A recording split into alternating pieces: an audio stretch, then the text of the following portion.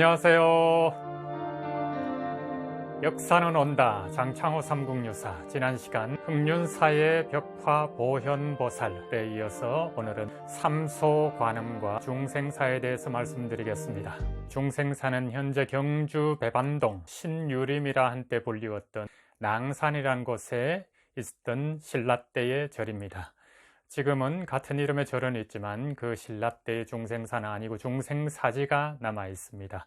그리고 관음상은 경주 박물관들에 전시되어 있습니다. 이 중생사에 관해서 내려오는 4가지 에피소드가 있는데 그것을 여러분께 말씀드리고자 합니다. 첫 번째는 지금의 중국 양나라 때의 양무제로 추정이 됩니다. 그림을 잘 그리는 화가가 있었는데 근데 확실한 기록이 없기 때문에 정확하게 누구인지는 알 수 없습니다만 저는 장승료라고 생각하고 말씀을 드립니다. 황제에게는 천하절색인 애인이 있었습니다. 그래서 그림으로 그려서 갖고 싶어서 가장 잘 그리는 화공을 수소문해라 해서 그림을 맡겼는데 이 화공이 그림을 그리려고 하니까 너무나 아름다운 여인이라서 자신도 긴장이 되었던 모양입니다. 그림을 그리는데 자꾸 손이 떨려서 그래서 겨우 그래도 대가답게 그림을 완성을 했습니다. 장승료가 차마 흔들리면서 자신의 마음을 노래하는데 그것을 낭독해 드리겠습니다.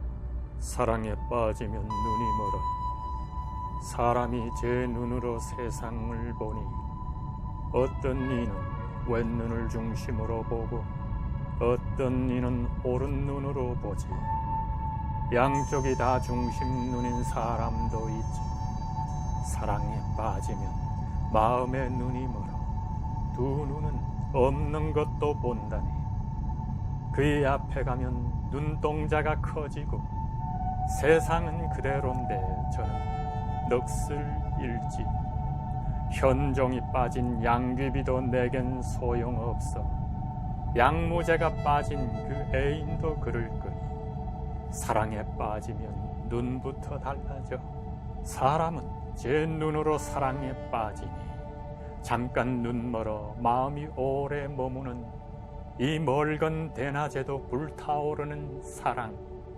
사랑에 빠지면 온몸이 멀지 안 돼. 사랑에 빠지면 안 돼. 그리고는 마음을 놓았는지 그만 붓을 떨어뜨리고 말았습니다. 그 그림의 배꼽 밑 그 부분에 점이 붉게 찍혔습니다. 이걸 아무리 지워도 지워지지 않자 할 수 없이 그 그림을 들고 황제 앞에 섰습니다. 양무제가 보니까 그림을 너무나 똑같이 잘 그렸습니다만 그곳에 점이 찍혀 있길래 이것을 어떻게 알고 그렸느냐 하고 물으니까 장승료가 있는 점을 없게 그릴 수는 없었습니다 하니까 황제가 노발대발 승상들어 저 화공을 옥에 가두어라 이렇게 이야기를 했습니다. 천하를 다스리시는 폐하 화공은 마음이 정직한 사람 그만 용서해 주소서. 말도 안 되는 소리 마음이 정직한 사람이 감히 그런 짓을 하면 되느냐. 천하의 자비로우신 폐하 화공이 그런 짓을 했는지 안 했는지 폐하의 상상엔 증거가 없습니다. 턱도 없는 소리 그림에 찍힌 붉은 점을 보면 알지 더 이상 무슨 증거가 필요해. 그림 그리는 화공의 눈이 종이를 뚫고 천을 뚫고 벽까지 뚫어 사람의 마음까지 꿰뚫는다는데 눈에 훤하게 보이는 것을 빼고 그릴 수야 없지요. 눈에 보여도 모른 척 그린다면 그 화공이야말로 음탕한 자. 폐하의 자비를 보여주소서. 다디단 자비심을 베푸소서. 얼토당토 않는 소리 듣고 보면 그럴듯하고 승상의 말은 앞뒤가 맞아. 하지만 명령은 떨어졌고 그 명령을 막을 자 누구인가? 폐하.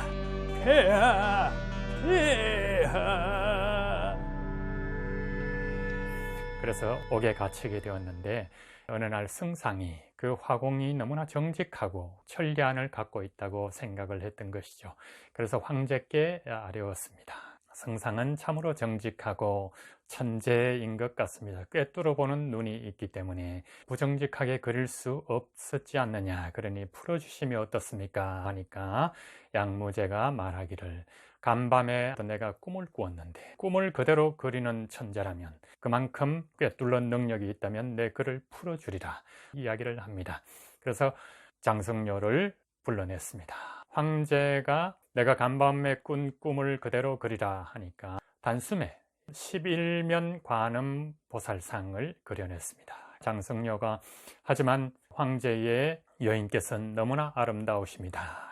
제가 어쩔 수 없이 그 아름다움의 넋을 잃어 제 꿈속에서 여인을 안는 것은 허락해 주시겠습니까? 하니까, 그거야 어쩔 수 없지 않느냐. 아름다운 내 애인의 몸만 내 곁에 있으면 된다 하고 풀어주었습니다. 그래서 이 장승료는 이곳에 양나라에 내가 살 곳이 못 된다 해서 박사 분절에게 이야기를 했습니다.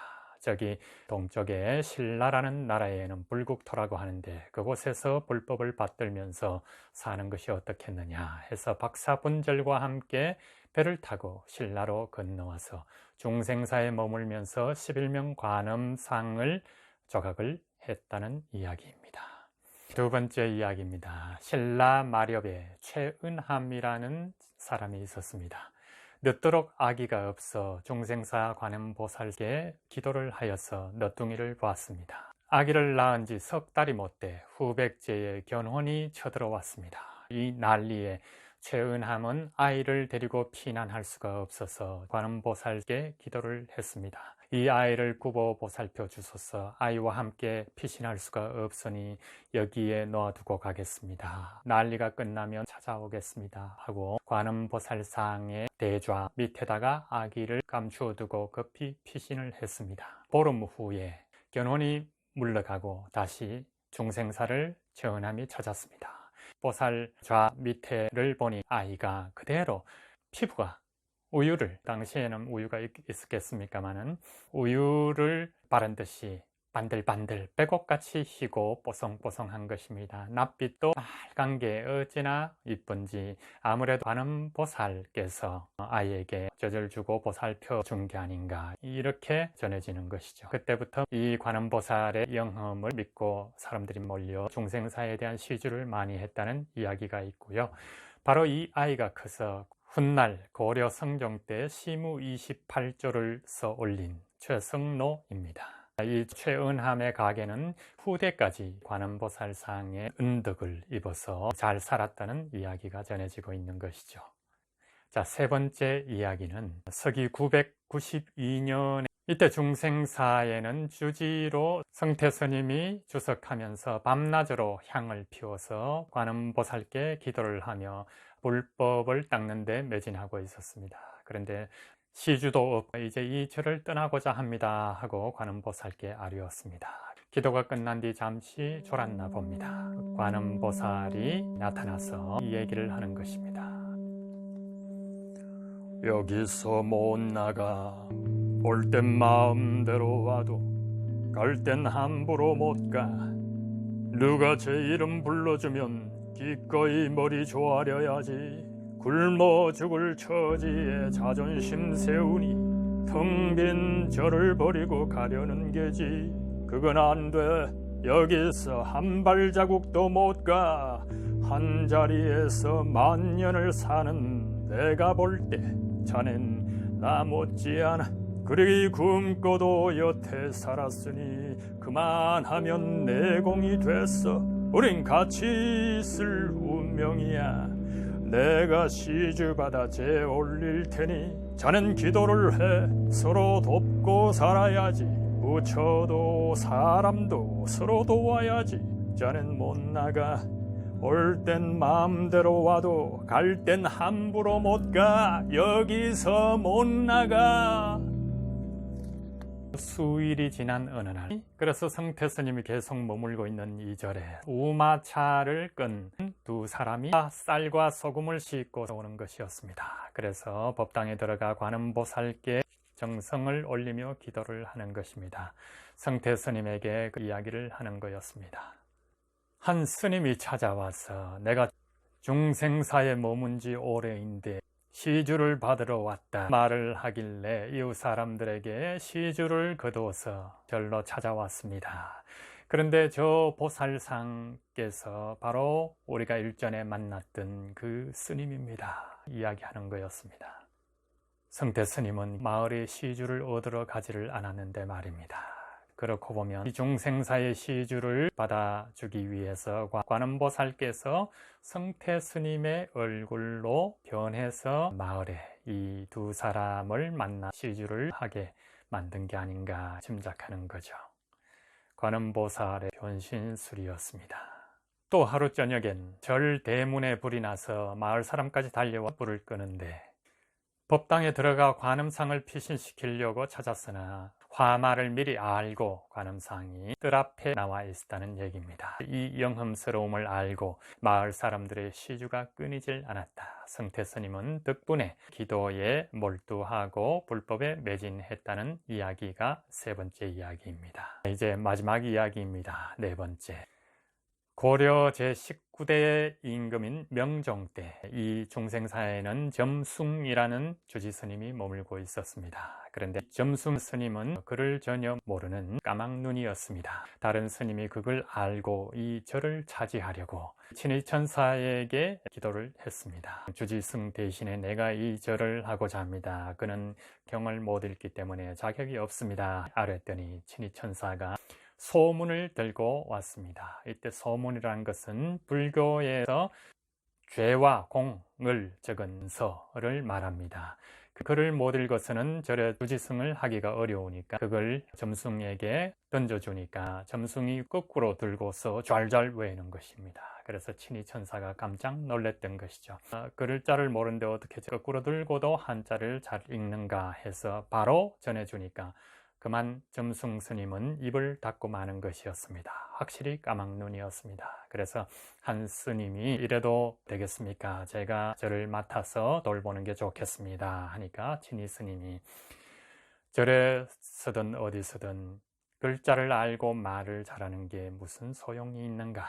그것은 바로 행동이네. 말에 다디단 그리고 글자로 현혹해서 많은 사람들을 오도하여 이끌 수 있느니라. 그 행동이 바른 거로 그는 이절의 주지승으로 계속 머물게 하여야겠다 명을 합니다. 살다 보면 눈 뜨고도 못 볼 때 있어. 인생살이가 그렇잖아. 두 눈 빤히 뜨고도 눈 감은 듯 살지. 살다 보면 눈 감고도 보는 때가 있어.